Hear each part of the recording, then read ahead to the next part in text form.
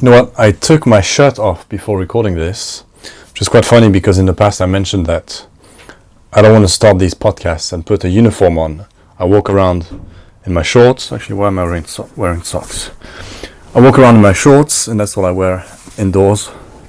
So why would I put a shirt on, to record this as if I'm putting on a uniform?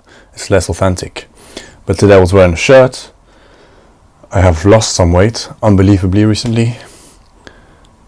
And I never really liked the way I look anyways. I feel too skinny. But I thought I'll just keep the shirt on. I was wearing it. My whole philosophy is, why would I change for the podcast? And instead I took it off because for consistency, somehow it makes sense, even though it doesn't.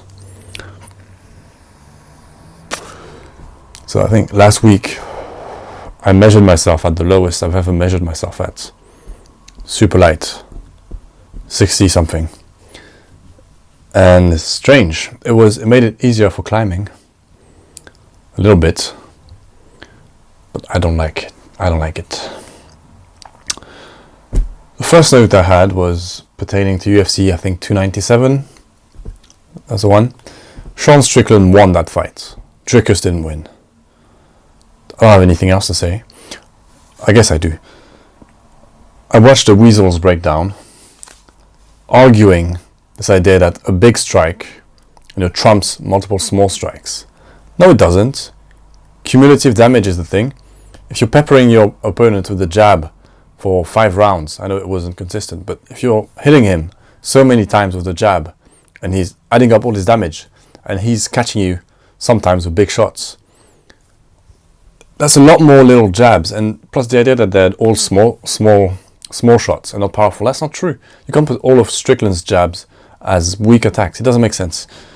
Strickland was dictating the pace of the fight mostly. Defensively, he was, making Dricus look worse than he usually looks. He won the fight, okay? He was controlling everything. He won, period. I watched it, took my time, and I thought he won the fight. The takedowns, Dricus didn't do anything with them. Stupid. Sean Strickland won that fight. I realize I'm quite late. I'm recording this much later than usual, and as usual when I do that, it feels like I haven't done this in ages. And so the notes are even less pertinent than they were previously. So that's done. I took the climbing membership as well last week, I think. So I'm going to be climbing regularly now and working out regularly in the morning. Try to go as many days as possible in the week and finally improve as a climber and exercise regularly. And that feels good. I went during the week for the first time before work, Wednesday I think, last week. I just walked into work with this energy. Just felt so good. I was thinking about this. One day I'll have companies. And I think it should be mandatory for your employees to work out. I know that sounds weird. And it's not about, work out at this intensity that much for that long. Just, to me, the idea of not working out, and trust me, I've gone through many phases where I didn't. Just, everything is better when you do. It just feels better. Scientifically, it's proven that it is better. Why would you want people, theoretically, you own a huge company and you have all these employees and you want them to be at their best and to perform their best. Why would you want people who don't work out? Just like why would you want people who are mentally, emotionally unstable and things like that? I just had this thought yesterday. When I have a company, it will be mandatory to work out. And once again, it's not a question of looking big or anything like that. Just make it a habit of working out. Makes sense.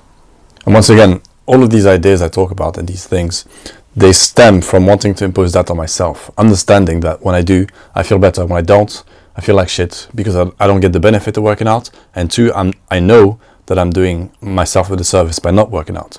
So it makes sense to try to convince people and help people do that. So once again, this thought was really about me. I decided that I should impose it on myself. But eventually, once I've conquered myself, so to speak, and it's not an issue anymore, I shouldn't tolerate, once again, far in the future, when I'm a billionaire, I should not tolerate people who are not taking their health seriously. It's a bad sign.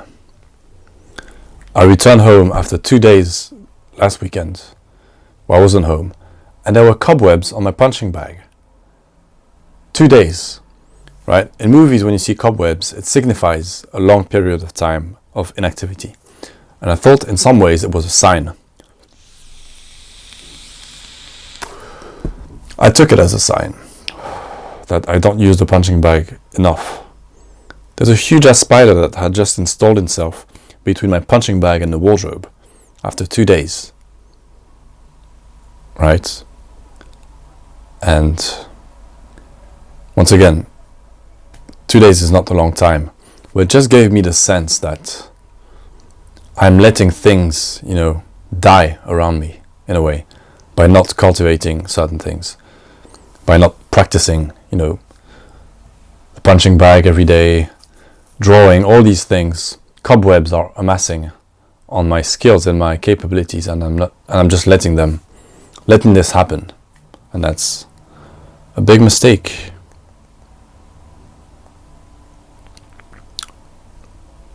Recently, someone at the gym said, was it strength or something like that? Strength is wasted on the youth, which is something, it's something we've all heard before. And I responded by, experience is wasted on the old. And really, I just wanted to give a witty response. But all I was thinking was, yeah, what he's saying applies to me for sure. Wasting potential. And in some way, I feel like I don't know exactly where to direct this energy at. But in another, I know that it's more simple than that. I'm just distracted.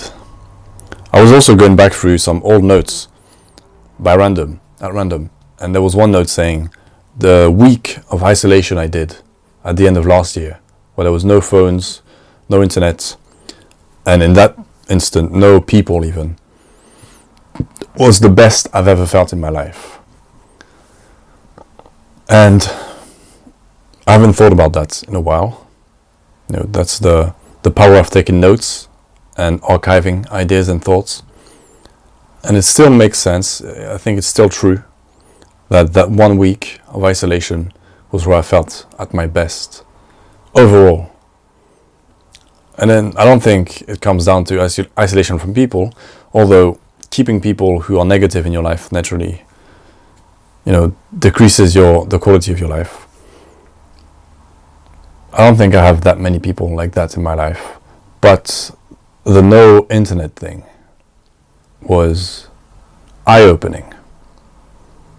The internet, we always hear that the internet exists and it connects us to the rest of the world, right? It's a connection tool in a way.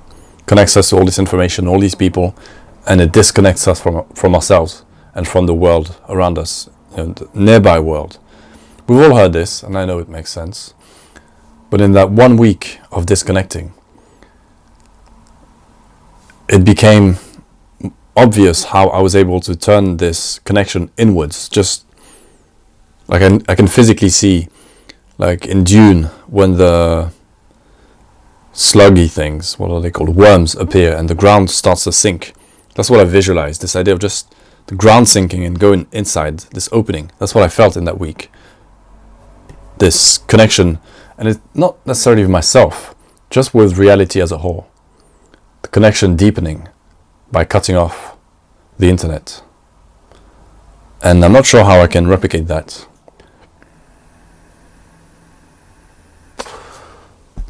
At least not now. I'm not in a position where I can just disconnect from the world in that way. I suppose it comes down to balance and not indulging too much, which is difficult. Another thought. The will is all there is. I was thinking about that last week as well. The idea that the will is the only thing, is the most powerful thing that exists. I didn't do my research, but I know that some hundreds of years ago, people believed that the earth was flat. And as a result, as far as they were concerned, the earth was flat. And everyone agreed that and echoed that sentiment. And then people came along and they debunked that idea. And the majority, didn't take lightly didn't like this idea, but eventually they were proven right. And the only thing that made the earth flat for all this time is that people decided to believe and to accept that the earth was flat. As far as they were concerned, the earth was flat. And all that is the will. They decided that. Then some people came along and decided to go against that narrative, to prove it, and they proved that the earth was round through their will. So the point is, it doesn't matter if something is true or not. It doesn't matter if something is righteous. It's a hard word to say for me.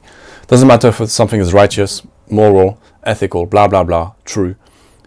People's will always, win.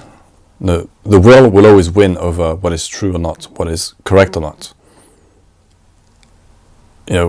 How many times have you been lied to in your life? Have you believed something to be true only for it to be proven wrong?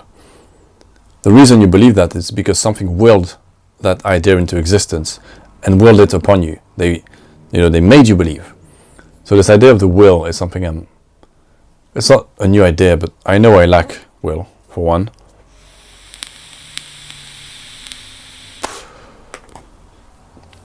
And two, it seems to be the source of everything. When you can control your will, where you point it, where you direct it, how, when. Nothing can stop you. And I know it sounds like an exaggeration. Shit, my battery is low on my laptop. And my charger is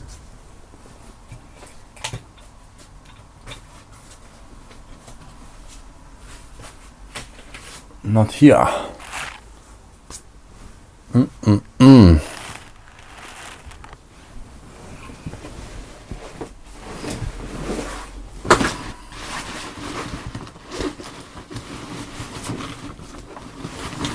I found it.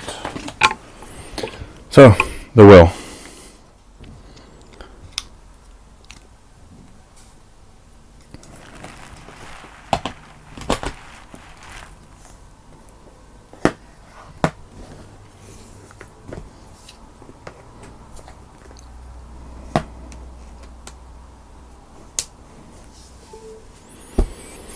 What else can I say about that? Is my thing still recording? Yes. The will. What do I do with this information?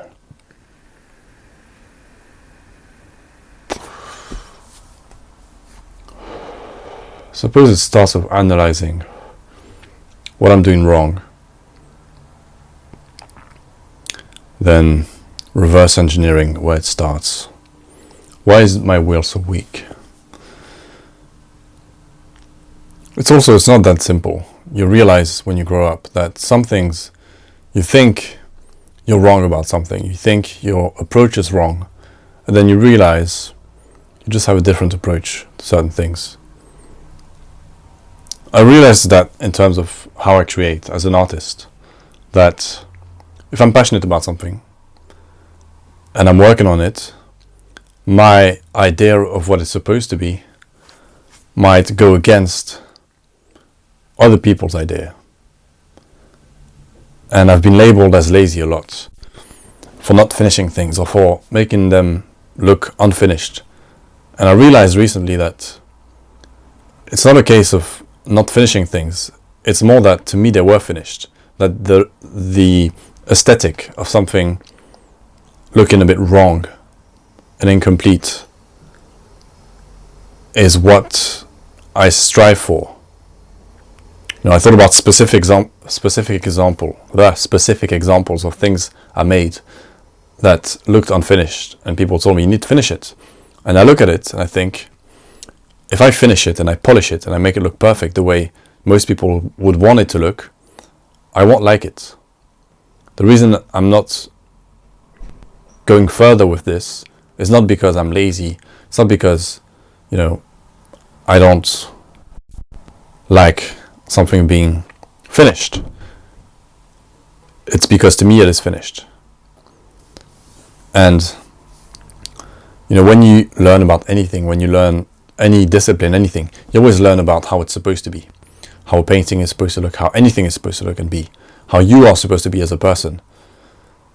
And it's difficult to realize it's easy to realize on the surface that we're all different and some things apply to some people and some things don't apply to other people.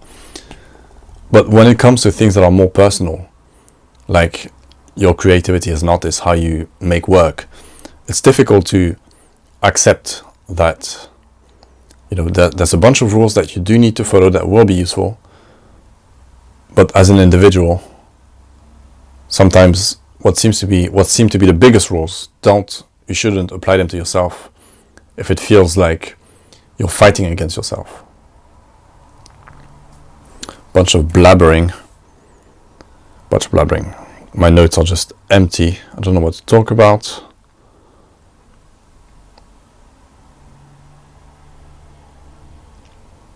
Some boring ass bus story. Some lady stepped on the bus. No, she was already on the bus when I arrived. I think she was Portuguese. She was on her phone shouting as loud as she could. There was a guy behind me speaking in Arabic on the phone, and some bimbos at the back talking about Instagram. And this lady was being as loud as I've ever seen anyone in public, shouting on the phone. And then she put the phone away, and then she fell asleep, and she started snoring extremely loud. And all this happened, and I thought to myself, I should be upset right now. I should be angry that people would be so inconsiderate, especially her, and that so many people could be so inconsiderate. Her in front of me, this guy behind me, these ladies at the back. And I realized, it doesn't really affect me. I don't really care. I don't have to feel any way about this. Just like in life in general, something upsets you, you don't have to do anything. You can, that's something I'm trying to do. I haven't achieved yet, but you can just accept the situation and let it kind of wash over you like water. Imagine your skin is made of that fabric that makes shoes waterproof. I'm sure you've seen that spray that people put on their sneakers so that they can't get damaged. Just imagine your skin is like this and let the water run over you. It's fucking difficult, but I suppose if you practice, maybe one day you can get a sense of agency over your emotions. The neutral zone, it says. Where's the other guy? Me. Looks like I've lost it. The neutral zone. I watch too many podcasts and videos about people talking about nothing. And people in general, they talk about nothing. I was thinking about that. The fact that some people believe in crazy conspiracies, some less crazy, and some people don't care. And we're all just talking about these things. Talking about nothing and affecting nothing. That's most people. That's what I'm doing right now on this podcast. Just talking about nothing.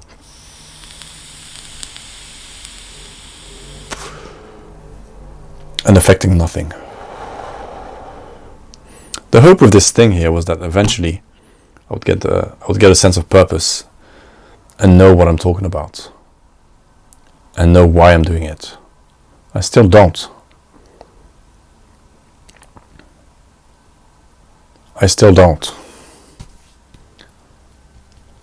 It's super frustrating because I get how it's beneficial.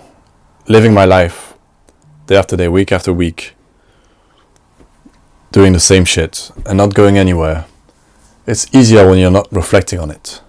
With this podcast, I'm reflecting on it and I'm broadcasting it to the world so that anyone can judge me. But the hope is that at some point there'll be some kind of evolution.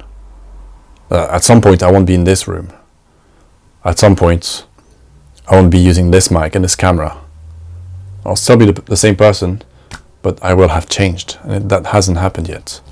And of course it's not about the podcast, it's about me in general in my life. And it's frustrating.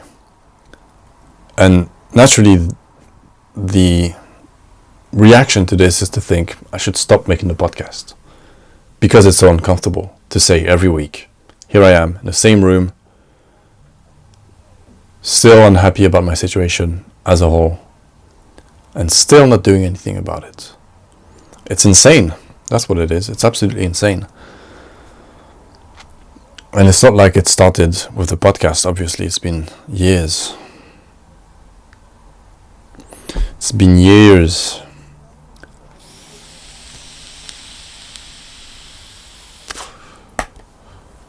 It's been years and it won't last forever. But goddamn, it's been years. It's been quite a while.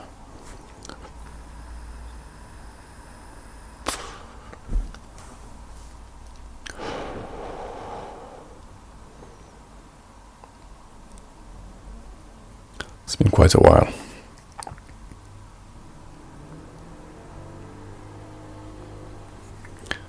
There's a guy called something, a climber, famous guy. What's his name? Andra something? And he screams sometimes when he's climbing.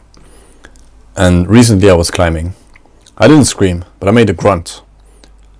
And it worked. Now let me break this down because it sounds ridiculous.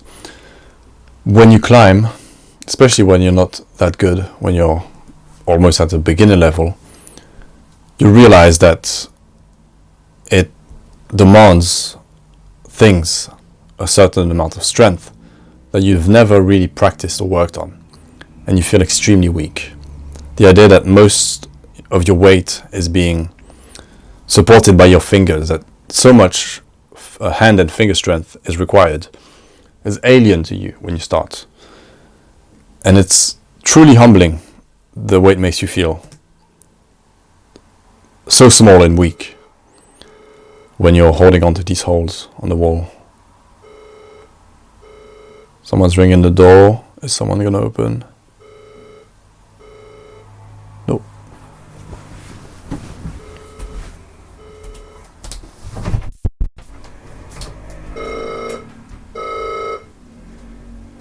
Hello?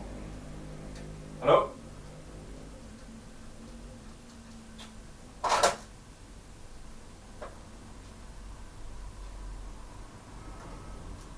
Hello?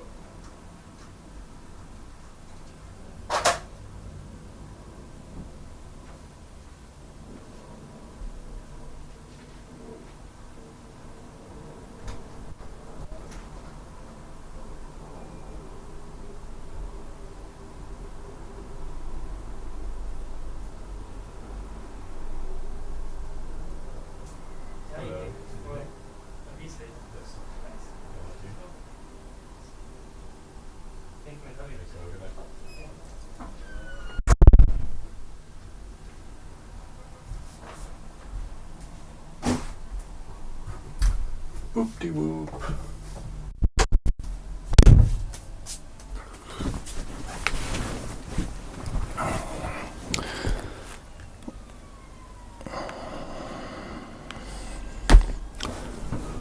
Just had a delivery.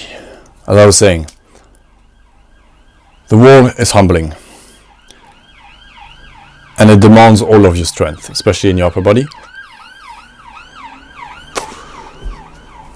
And I was trying to reach for this hold. And I felt like my whole body, just there was no strength left, except especially in my hands and my arms. So I was holding on here with my right, and I tried to reach for the left. And I made this grunt. And there's something so powerful about this grunt. It sounds stupid, but it was me saying, you know, mind, brain, shut up. You think there's no strength left. Let's keep going. And I just, you know, went beyond what I thought I could do, and I reached for it. Then once you reach for it, that's another weird thing in climbing, is that you make this huge effort where it seems like you've given everything to get to this next hold. Then you hold on for a few seconds, and it seems like your energy, your strength has come back, and you're able to keep going. You know, it's truly fascinating. It feels really good. And so I made this little grunt, and it just reminded me of this idea that there is the strength you think you have. You know, your mind thinks, okay, that's what I got. Beyond that, you know, there's nothing. And then there's what your body is able to do. And loads of people talk about this. David Goggins might be one of the bigger guys who talks about this idea that there's the limitations you put on yourself. And there's, I don't know if it's a form of anger, but there's something truly powerful about just shutting that thing off And it's something I should work on more. It's the same when you're trying to lift something heavy, like a heavy squat. And it seems like your body is out, and then you do this push. A lot of people, it manifests as a kind of a scream or a shout. And you're able to get through it.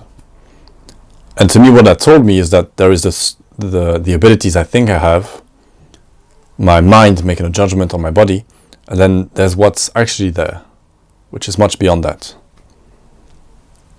And I will try to kind of exercise that muscle as much as possible when I'm climbing, and try to apply it to my life in general.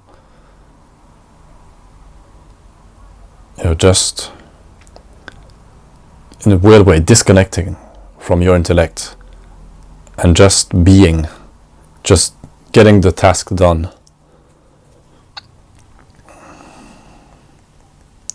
This little shout.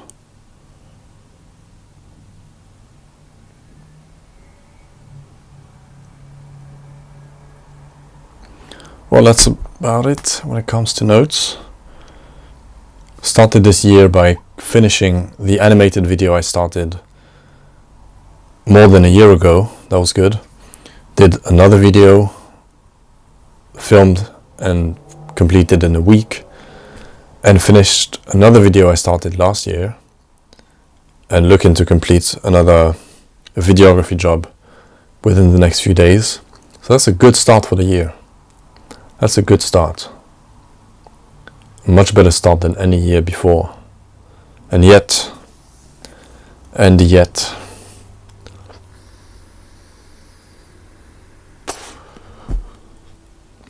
feels like I'm still stuck in a loop. There's a guy my brother and I met at the gym. Super nice, cool, great guy. And he's asked me for a script that I've done. For me to show him a script. In, 8 years of attempting to make scripts, I've never completed one. And it seems like my approach to different art forms is really different. Writing a script is a huge, task. And he gave me a book teaching you how to write stories, specifically screenplays. And as arrogant as that sounds, at the moment, every line I've read was knowledge that I knew already. Once again, I've never finished one, yet I definitely 100% believe that when it comes to structuring a story or a screenplay, I feel super confident in that. The problem lies more in filling it with characters, dialogue, people conversing. That's where I struggle. I can't even describe what I struggle with. Structure is easy to comprehend. If I was struggling with structure, then reading that book would help, and that would push me through. But that's not the problem. I can't put my finger on it. It's truly frustrating. Because it doesn't feel like there's books out there on how to do that. Recently I've been asking myself, maybe I'm just not made for this. Because I don't struggle in that way in anything else. When it comes to drawing, even writing stories for, a graphic novel or a children's book, which is much smaller, but I don't struggle. Graphic design, photography, these come quite naturally. But writing a story is that thing where I hit a wall.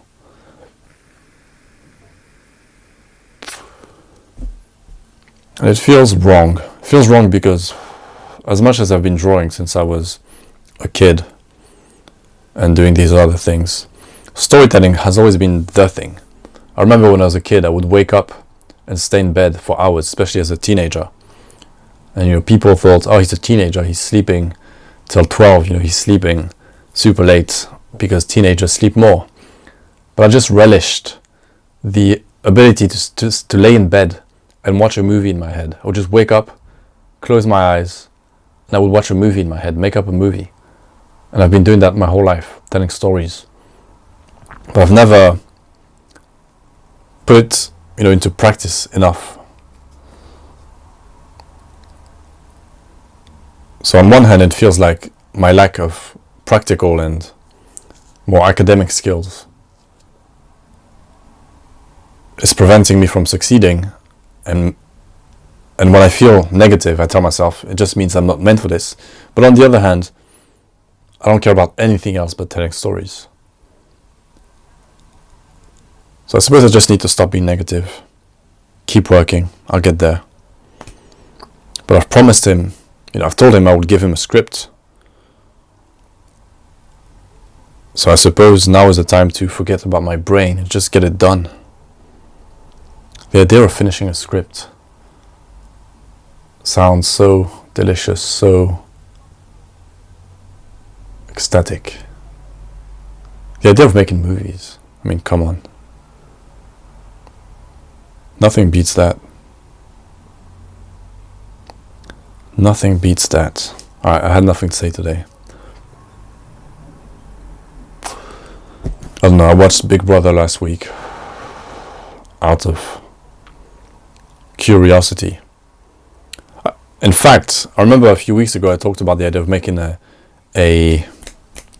reality TV show. And I don't know why, but I've become fascinated with that idea recently. Reality TV. It's a crazy concept because you think about Squid Game, the original, and how they ramped it up to the maximum where the stakes are super high and it's truly scary. But reality TV is quite extreme, and the goal of the producers is to really push people to their limit by any means necessary. It's very much like putting rats in a maze, There's something inhumane about that, about putting people in these conditions where the producers are doing their best to really squeeze them, to get rid of any of their will and their power, to make them break down for the entertainment of people. There's something truly, can you say macabre in English? I don't know. Truly dark about these TV shows.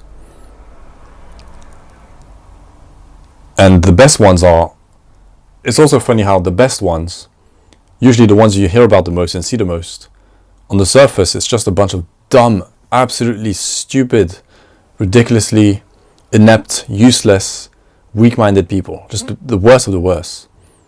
Right? So it seems to be a completely stupid piece of content. But then the people making it, behind the scenes, filming, putting it all together, are smart.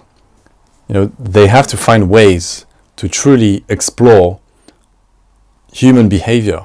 It's not as simple as it sounds. I always look down on these shows because the people, in them are so alien to me. They're so annoying. But putting it all together, there's something truly, it requires a lot of thinking. And, you're trying to get as much as possible from these people. So, the idea of making a reality TV is becoming quite interesting for me. One day. I was watching, Locked In, for example. The camera died. At least when it's dark, I can see when it dies. Well, thank you for taking me out of this misery. And goodbye.